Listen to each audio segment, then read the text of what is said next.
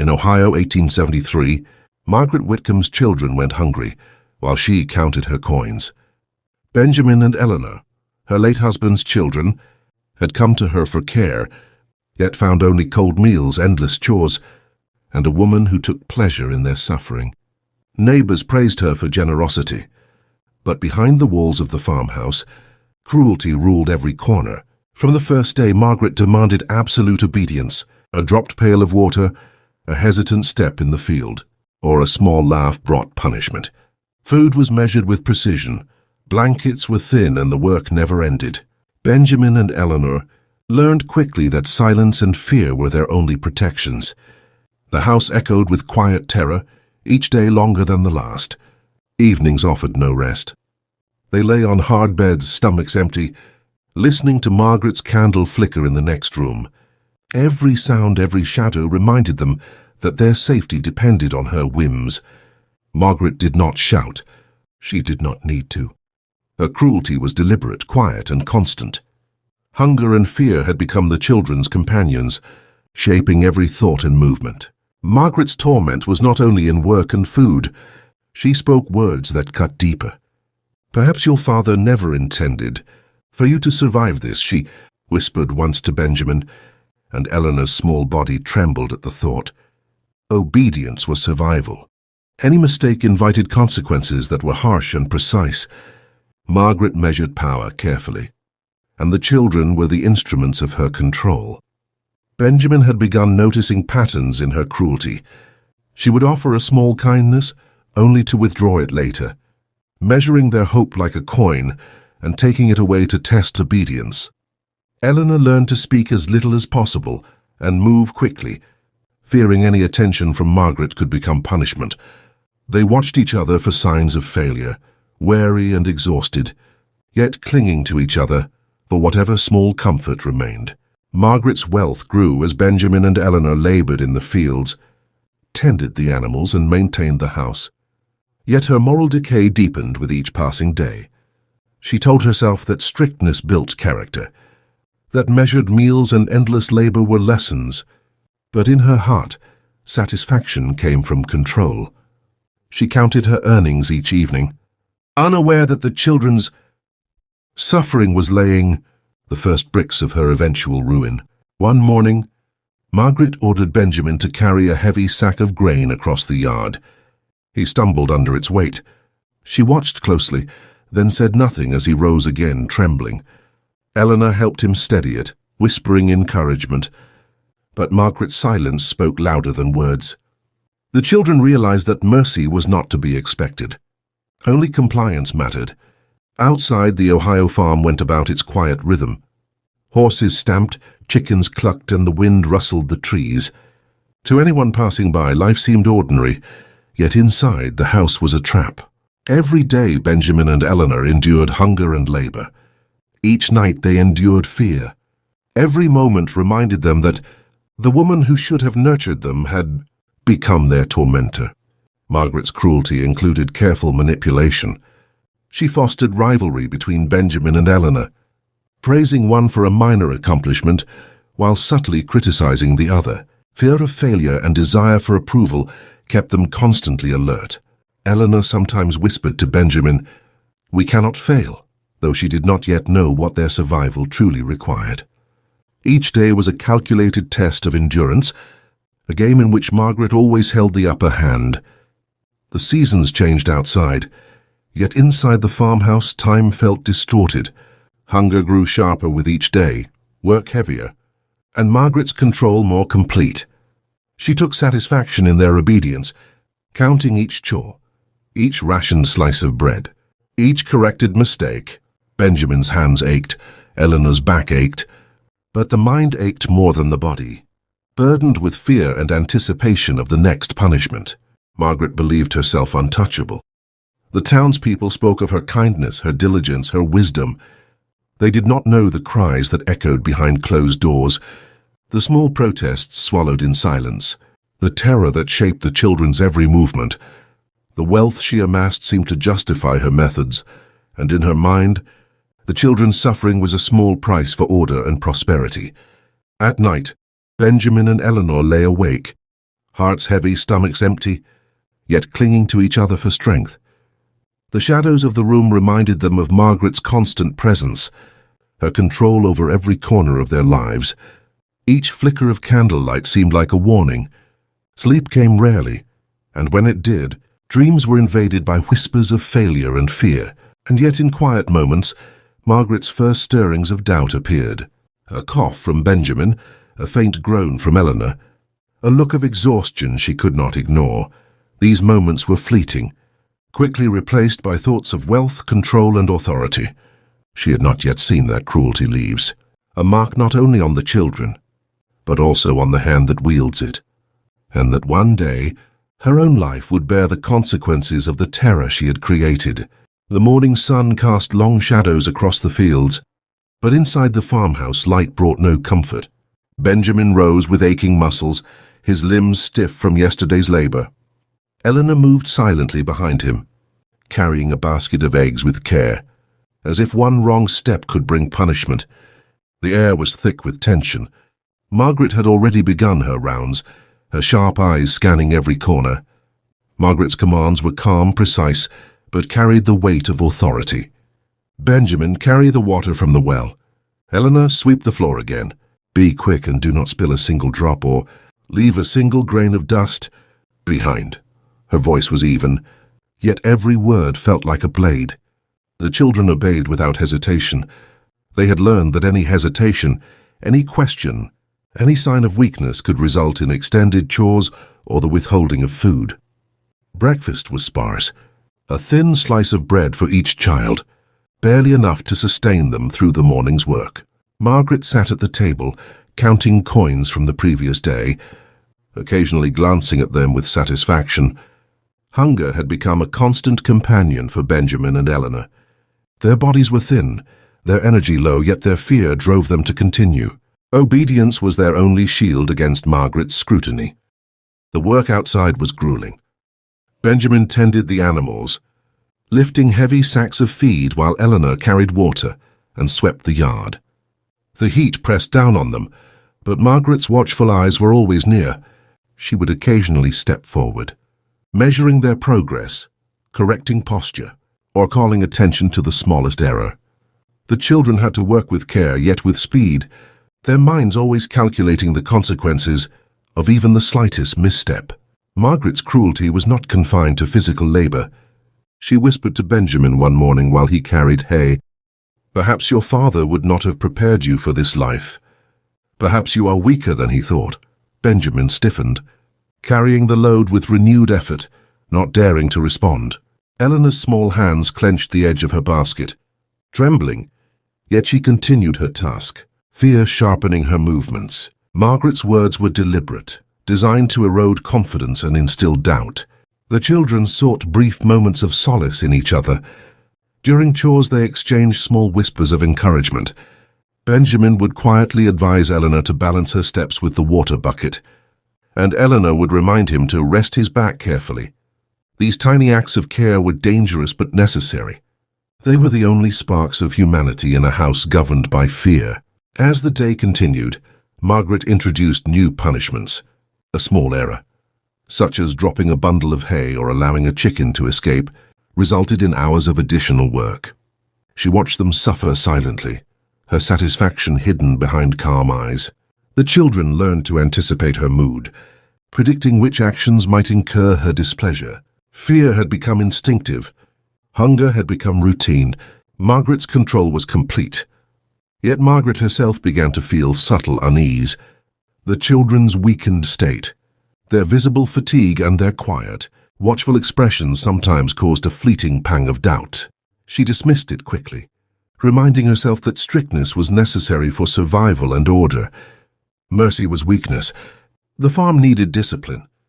Her wealth depended on their labor, and she could not afford to show softness. Still, these small stirrings of conscience were the first seeds of regret, planted quietly in her mind. By late afternoon, Benjamin and Eleanor were exhausted. They carried water, fed animals, repaired fences, and scrubbed floors.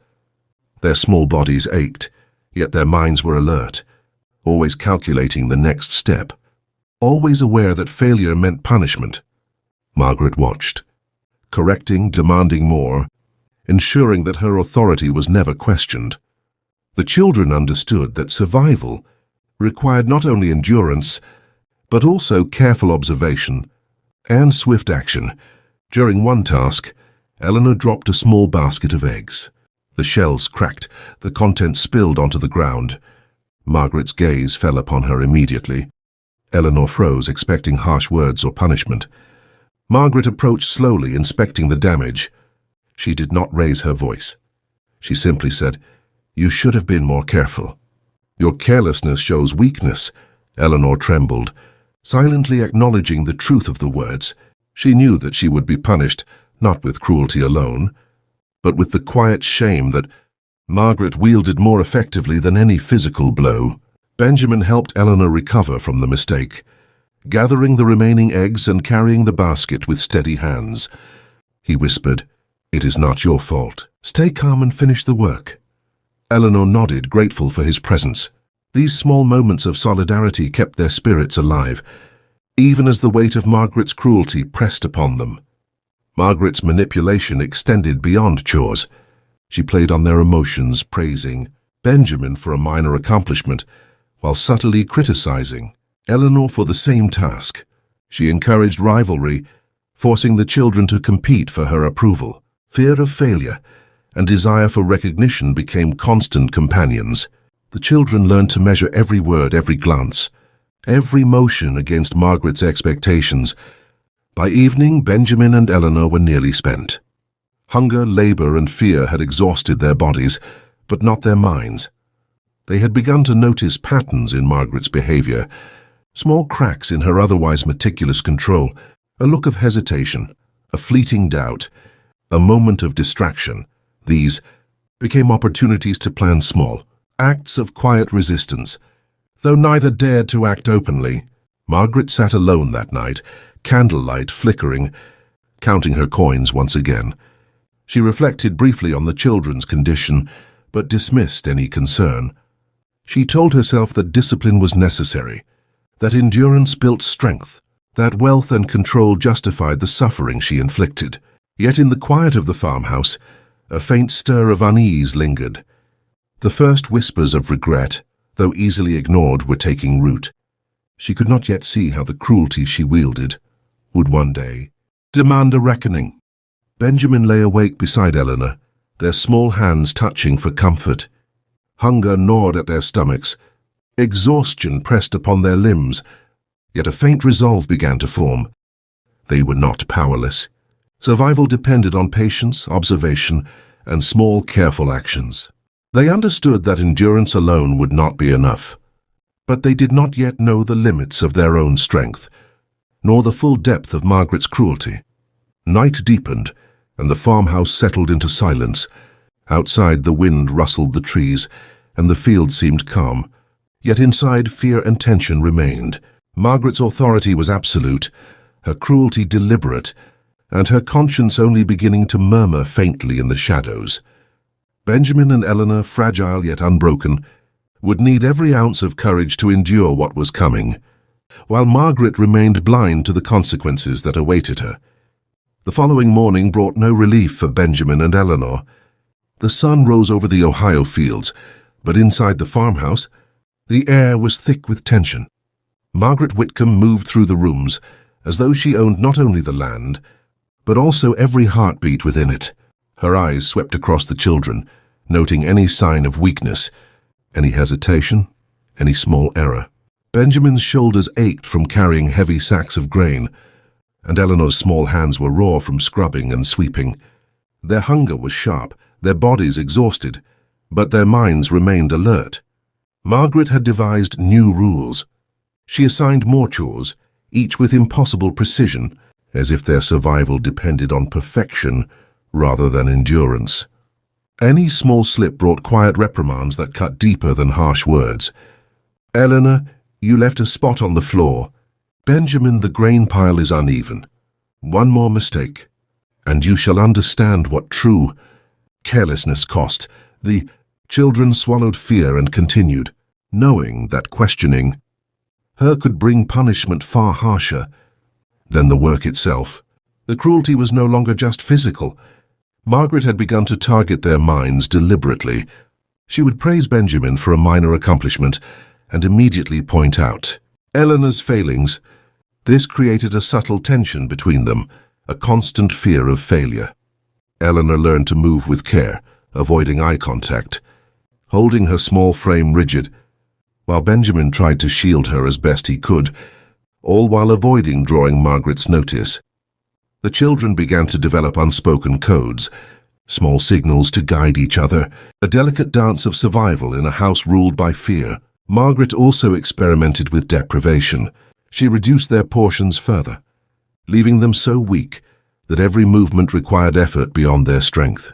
Yet she watched them carefully, enjoying the sight of their struggle. Each day their faces grew paler, their bodies frailer, yet Margaret considered these signs of discipline, not harm. She convinced herself that endurance would shape their character. Meanwhile, the first whispers of conscience stirred within her, though she quickly pushed them aside. Wealth, control, and obedience still outweighed any concern for their well-being. Benjamin began noticing subtle patterns in Margaret's behavior. Her attention was meticulous but not infallible. She had certain times when she stepped outside or focused on her ledgers, leaving brief windows when the children could breathe without fear.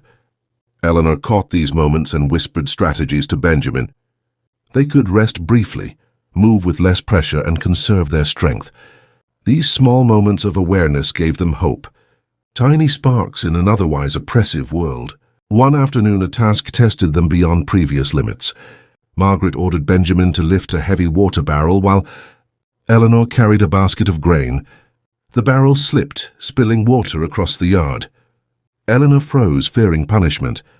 Margaret appeared silently, her gaze sharp and cold. She did not shout. She only said, "Your carelessness is noted.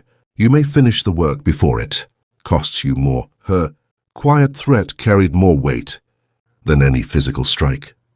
The children redoubled their efforts, moving with precision born of fear and necessity.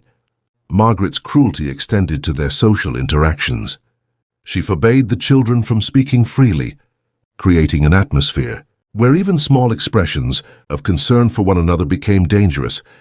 Benjamin and Eleanor learned to communicate in whispers, subtle gestures and fleeting glances. Each small act of care was a risk, yet it became essential for maintaining their sanity.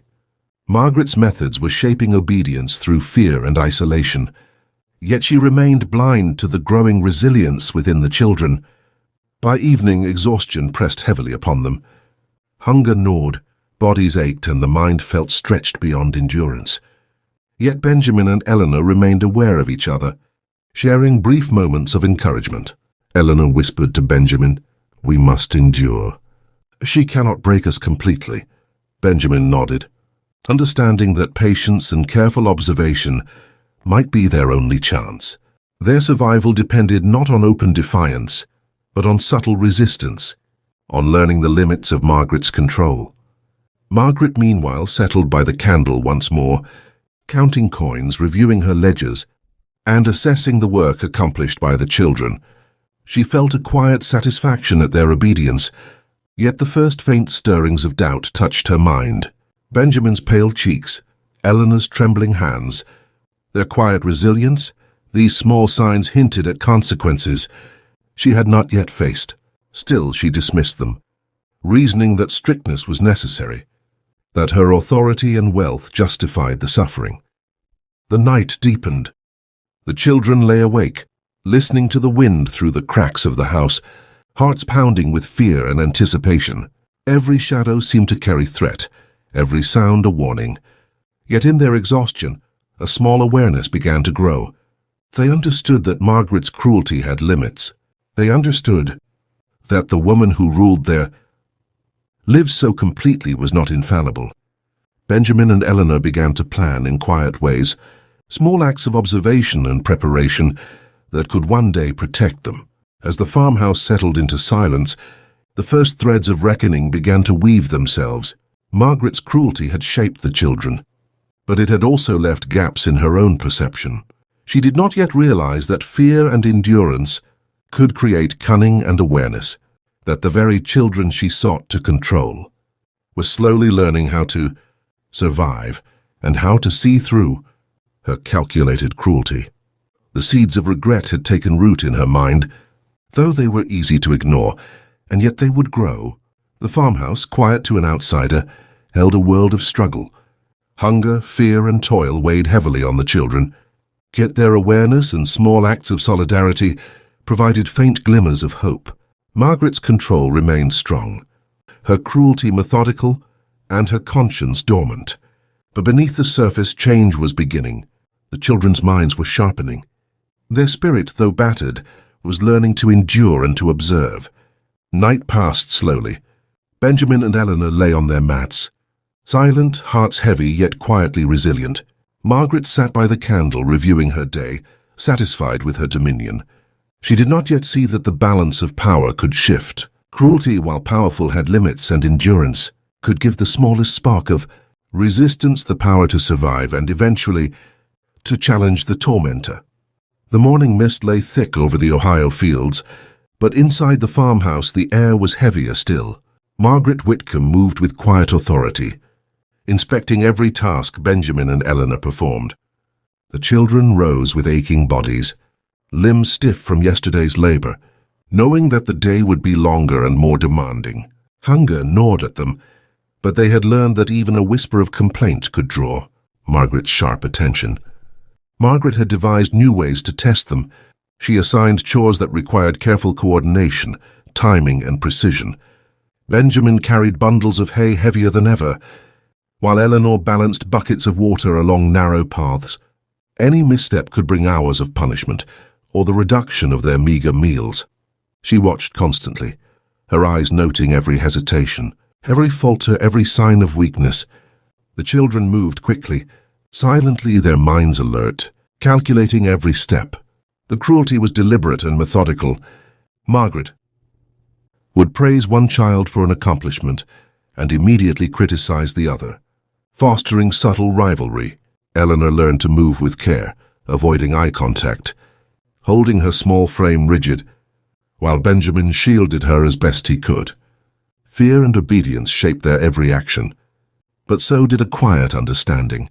Survival required attention, patience, and occasional cunning. During the afternoon, a new challenge arose. Margaret ordered Benjamin to repair a section of fence along the edge of the property, while Eleanor was to gather firewood.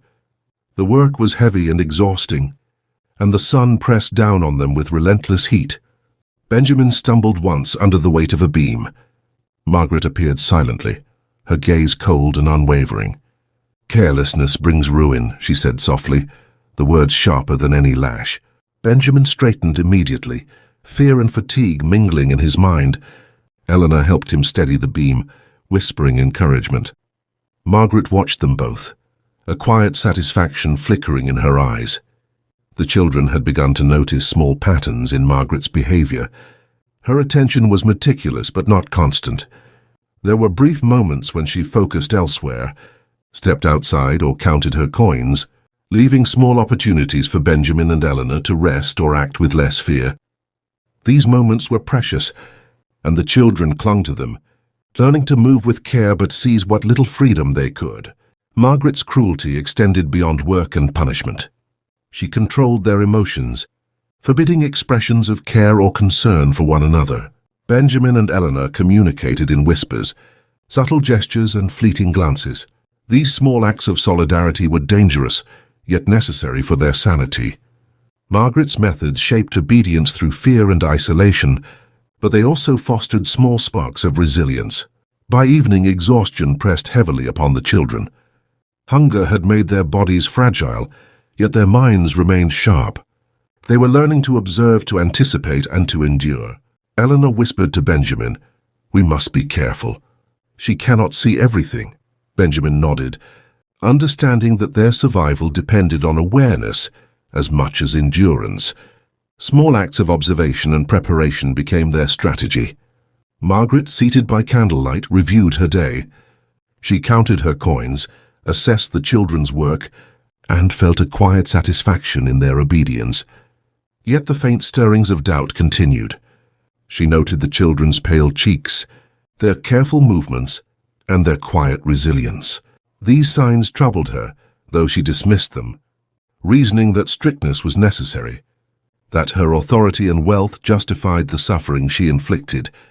Still, a small, uneasy thought lingered. Perhaps cruelty could not maintain control forever. One evening, Margaret tested their loyalty in a new way. She brought a loaf of bread to the table, but cut it into uneven portions. Benjamin received the larger piece, Eleanor the smaller. She watched as they hesitated, knowing the measure was deliberate. Hunger pressed upon Eleanor, but she did not complain. Benjamin offered her half of his slice quietly, aware that such gestures were risky under Margaret's scrutiny. Margaret observed, noting the action, and a shadow of recognition crossed her mind. The children were learning to care for each other, even in fear. Outside, the Ohio farmland seemed calm, yet inside, tension mounted. Each day brought more work, more deprivation, more psychological testing. Margaret's cruelty was at its peak, but so was the children's growing awareness. Benjamin and Eleanor were learning to endure, to observe, and to act with caution. They were small, fragile, yet their minds and spirits were slowly strengthening against the oppression around them. Night fell and the farmhouse became still. Benjamin and Eleanor lay on their thin mats, exhausted but alert. Hunger gnawed at their stomachs, fatigue pressed upon their limbs. Yet their awareness and quiet strategies offered a fragile hope. Margaret sat by her candle, satisfied with her control, unaware that each act of cruelty and each moment of psychological torment was shaping not only the children but also the subtle beginnings of her own regret. The storm of cruelty and endurance continued, gathering unseen momentum. Margaret's control remained formidable, yet the children's observation and small acts of resistance were growing. Hunger and fear sharpened their minds, preparing them for moments when survival would require more than silence and obedience. The farmhouse, quiet to the outside world, held a struggle of endurance, cunning and quiet rebellion. Margaret remained blind to the slow but inevitable consequences of her cruelty, while Benjamin and Eleanor's resilience quietly took root, ready to challenge the domination that had ruled their lives. The next morning arrived with a heavy silence in the farmhouse. Benjamin and Eleanor rose once more, their bodies stiff and sore from the previous day's labor. Hunger pressed on them like an unyielding weight, yet they moved with careful precision, knowing that even a moment of hesitation would draw Margaret's sharp attention. She began her inspection of their work immediately, her eyes cold and calculating, noting each small error and measuring their responses to her commands. Margaret's cruelty had grown more deliberate. She assigned tasks that were physically demanding and mentally exhausting. Benjamin carried bundles of hay heavier than he had ever lifted, while Eleanor balanced buckets of water across uneven ground. Each mistake, no matter how small, brought immediate punishment. Yet Margaret's punishment was never sudden or loud. It was quiet, precise, and calculated, leaving fear and doubt to settle deep within their minds. Every glance, every word, every shadow became a tool to maintain her authority. The children had grown adept at survival. They moved carefully, anticipating Margaret's expectations and timing their actions to avoid notice. Benjamin whispered strategies to Eleanor when possible, and she learned to interpret the smallest signals from him.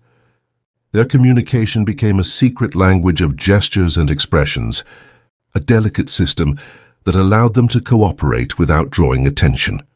In these small moments, hope persisted, though it was fragile and easily threatened by Margaret's presence.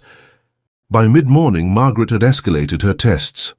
She required the children to complete chores that demanded endurance, balance, and speed. A dropped tool, a misstep on the uneven floor, or even a pause for breath invited quiet admonishment. Eleanor's hands were raw from scrubbing, and Benjamin's back ached from lifting, yet they pressed forward, aware that their survival depended on constant effort and vigilance. Margaret observed silently, her satisfaction in their suffering evident only in her controlled expression. Margaret's manipulation extended beyond labor. She compared the children against each other, praising Benjamin for a minor accomplishment, while highlighting Eleanor's perceived shortcomings. This fostered subtle rivalry, forcing the children to compete for her approval. Eleanor learned to hide her disappointment, while Benjamin felt the pressure to shield her without attracting Margaret's attention. Their relationship became a careful balance of protection, observation, and silent resistance. As the day wore on, Margaret tested their endurance further. She reduced their portions of food even more, leaving them weak and trembling. Hunger gnawed relentlessly, yet the children continued their work, knowing that protest would bring punishment or deprivation. Margaret's cruelty was precise, designed to extract maximum obedience with minimum visible force. Each day, the children learned more about her methods and began to anticipate her moods, adjusting their actions accordingly. Benjamin noticed a subtle shift in Margaret's demeanor during the afternoon. She hesitated briefly while assessing their work, a momentary lapse that went almost unnoticed. Eleanor whispered to Benjamin, "We must watch carefully. She is not as certain as she appears." Benjamin nodded, understanding that these small lapses could provide opportunities to endure with slightly less fear, to gather strength for what might come later. Their awareness grew with each observation, a quiet preparation for survival. By evening, the farmhouse was suffused with tension. Benjamin and Eleanor were exhausted. Their bodies and minds stretched beyond comfort, yet their awareness had sharpened. They could anticipate Margaret's movements, her likely criticisms, and her methods of testing their endurance. These insights provided a fragile sense of control in a world otherwise dominated by fear. Margaret, sitting by candlelight, reflected briefly on the day. She counted her coins, inspected the results of the children's labor, and allowed herself a small sense of pride in their obedience. Yet she could not ignore certain signs: Benjamin's pale face, Eleanor's trembling hands, and the subtle ways they coordinated, without her notice, hinted at resilience she had not yet anticipated. Though she quickly dismissed these thoughts, a faint unease lingered in her mind. Perhaps cruelty alone could not secure absolute control, and perhaps the consequences of her actions were not as distant as she believed. That night, a small incident tested the children further. Eleanor dropped a basket of broken tools in the workshop. The clatter echoed across the empty rooms, and both children froze, expecting immediate reprimand. Margaret appeared silently, her expression unreadable. She did not raise her voice. Instead, she said, "You must remember that carelessness has consequences." The children shivered under the quiet weight of her words. Benjamin helped Eleanor gather the tools, moving carefully to avoid further error. Margaret observed them, noting the careful attention, the whispered guidance, and the small acts of solidarity that defied her control. Outside, the Ohio fields lay quiet under the moonlight, a deceptive calm masking the turmoil within the farmhouse.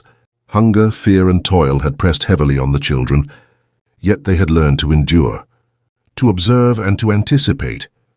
Each day sharpened their minds, strengthened their subtle communication, and increased their understanding of Margaret's patterns. They were growing stronger, even as their bodies weakened, preparing for moments when endurance alone would not suffice. Margaret's reflection that night was tinged with the first subtle awareness of consequence. She counted her wealth, assessed the children's obedience, and noted the efficiency of her household. Yet she felt an unnameable tension, a recognition that the careful control she wielded might be slipping. The quiet resilience of Benjamin and Eleanor, their unspoken coordination, and their small acts of courage planted seeds of doubt in her mind. She told herself that strictness was necessary, that her methods were justified, yet she could not entirely silence the whisper that cruelty may one day demand a reckoning. Night deepened, and the farmhouse fell into an uneasy silence. Benjamin and Eleanor lay on their mats, hearts pounding from exhaustion and fear, yet fortified by growing awareness and subtle strategy. They understood that survival required careful observation, measured action, and patience. Margaret's cruelty had reached a peak, but the children's minds had adapted, quietly strengthening in response. In the quiet darkness, The first signs of an impending shift were palpable. Margaret remained vigilant, her control meticulous, yet the children's endurance and subtle coordination suggested that her authority, though formidable, was not unchallenged.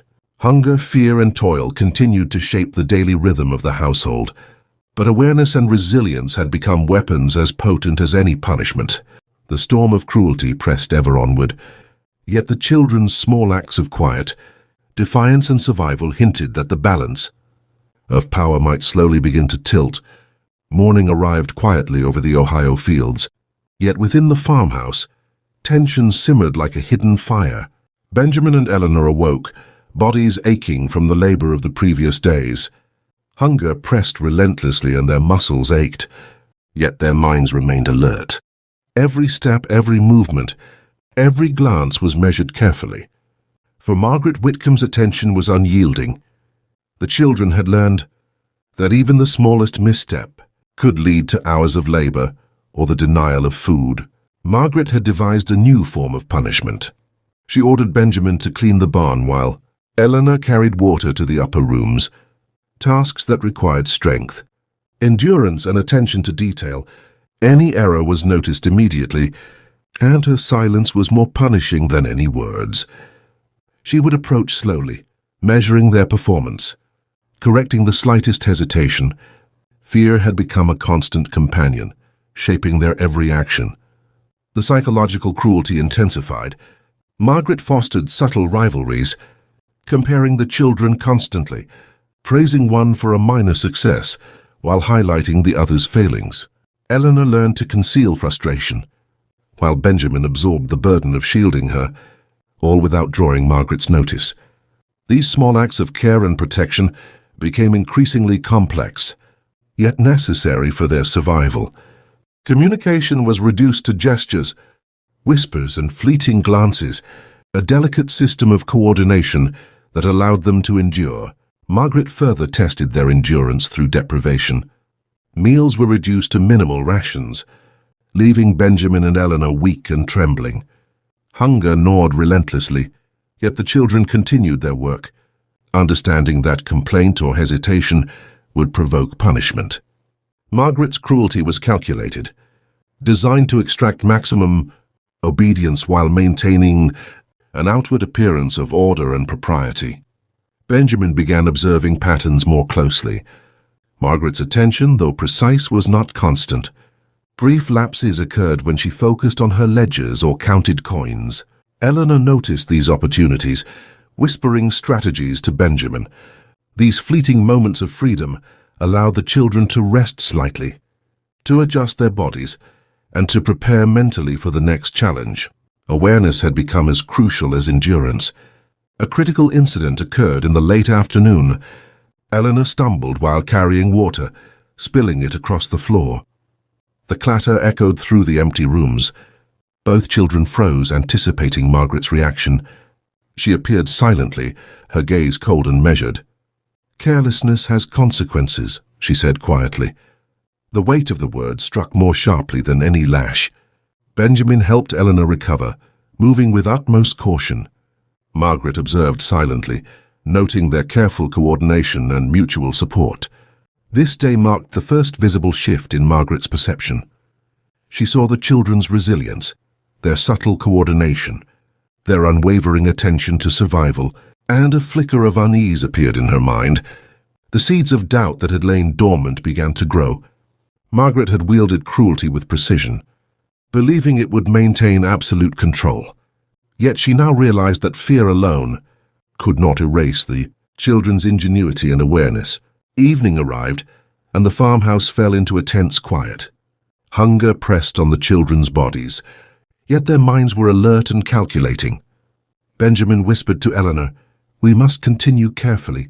Opportunities exist if we notice them." Eleanor nodded, understanding that patience, observation, and subtle action were as vital as obedience. The children had learned that survival required endurance, intelligence, and careful coordination. Margaret, seated by candlelight, reflected on the day. She counted her coins, assessed the children's labor, and allowed herself a small sense of satisfaction. Yet the unease persisted. The subtle ways Benjamin and Eleanor moved, their quiet cooperation, their careful attention, these signs, hinted at resilience that she had not anticipated. Though she dismissed the thought, reasoning that strictness and authority were necessary, she could not completely silence the whisper that her cruelty might invite consequences she had not foreseen.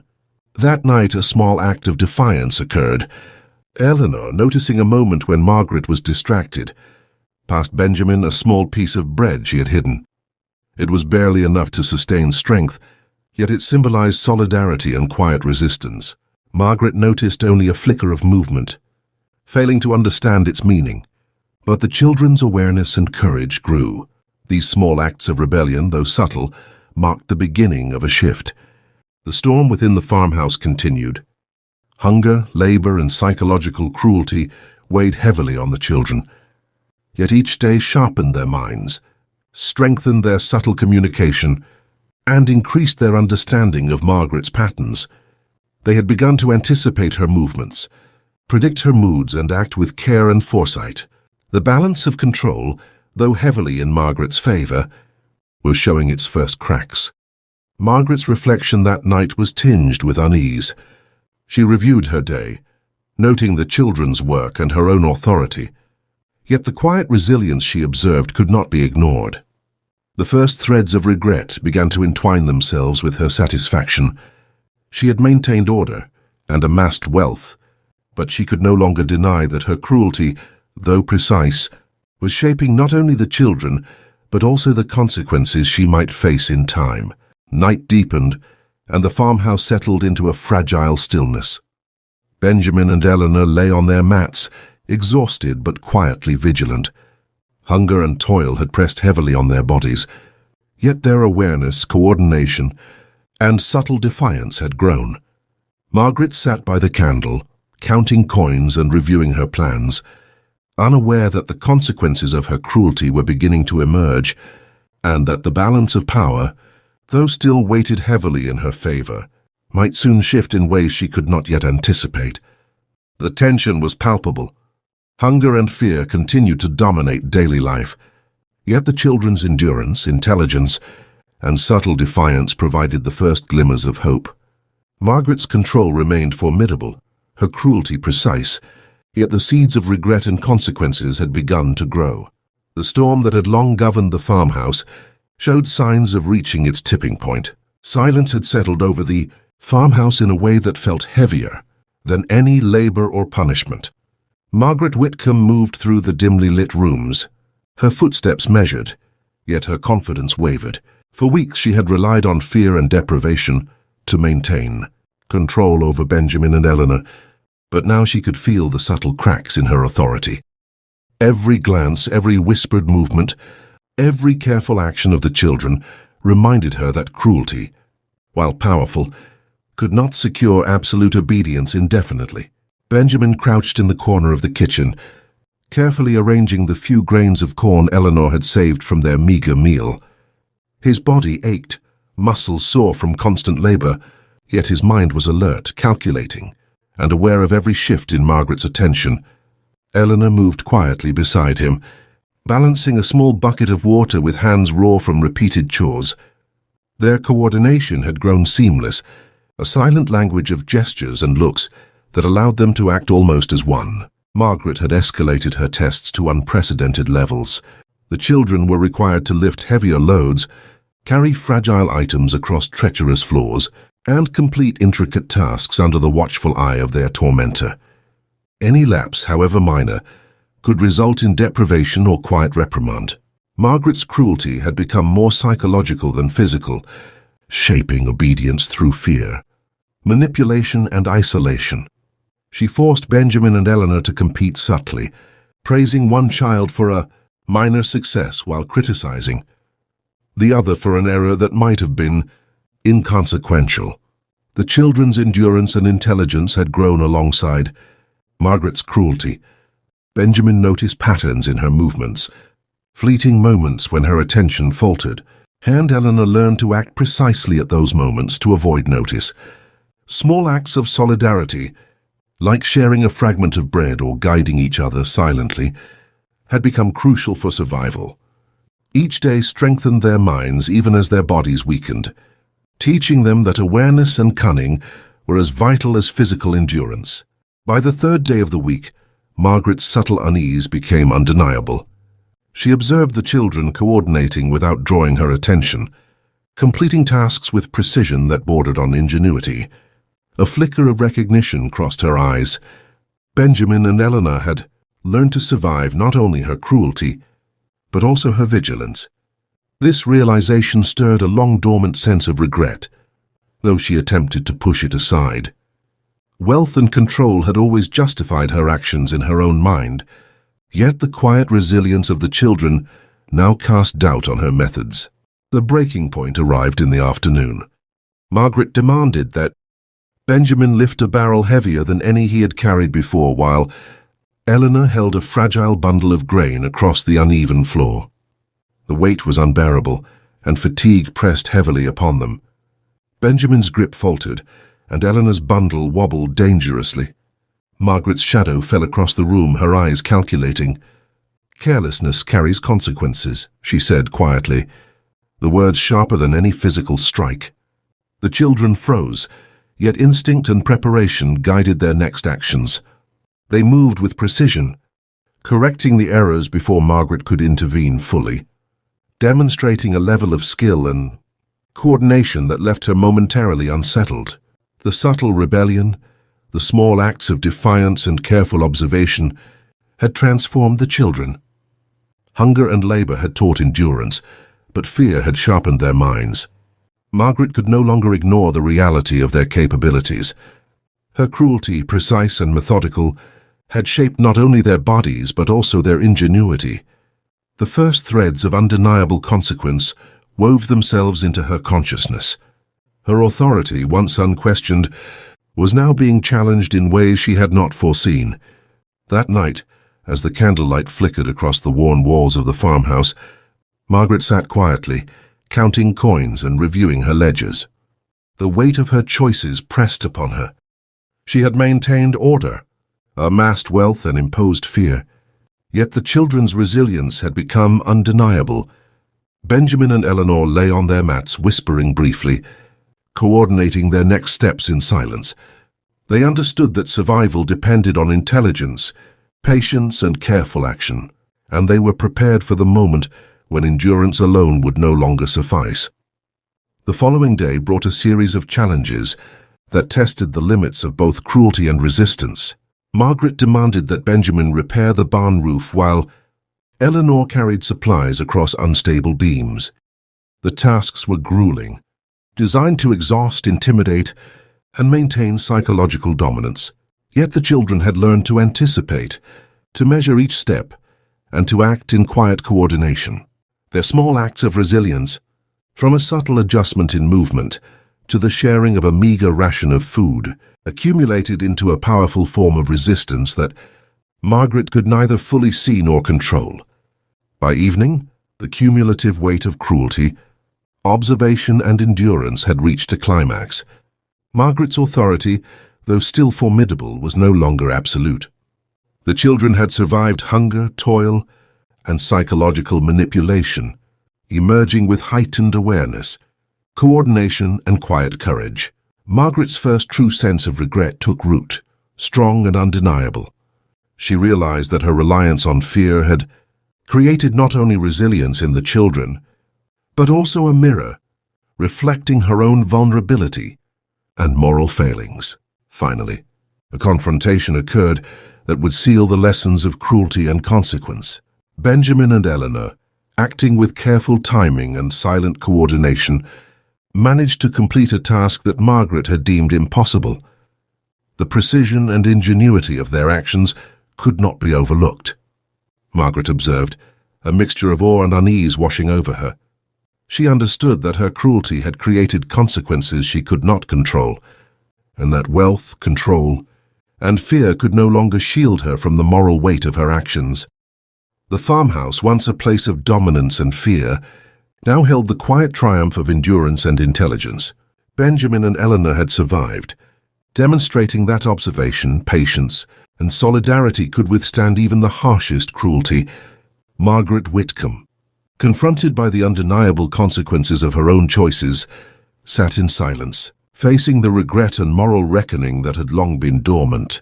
Her authority was fractured, her control imperfect, and her conscience fully awakened by the resilience of the children she had sought to dominate. Benjamin and Eleanor, though exhausted and still bearing the marks of hunger and labor, shared a brief glance, understanding the journey they had endured and the subtle victories they had achieved. Their endurance, intelligence, and coordination had transformed fear into awareness and cruelty into a lesson of consequence. The farmhouse, heavy with the memories of suffering, now held the quiet truth of human resilience, and so concludes the story, a tale of cruelty, endurance, and regret. Margaret Whitcomb, once feared and absolute, confronted the consequences of her own choices, while Benjamin and Eleanor emerged stronger, their minds sharpened, their spirits unbroken. Hunger, fear, and toil had shaped them, but awareness, patience, and subtle defiance had allowed them to survive, endure, and ultimately triumph in a world dominated by cruelty. If you were moved by Benjamin and Eleanor's journey through hardship and resilience, consider subscribing to the channel. Each story uncovers the hidden truths of history, revealing the courage, endurance, and ingenuity that ordinary people displayed in the face of cruelty, adversity, and regret. Every story reminds us that even under oppression, the human spirit can survive, adapt, and endure.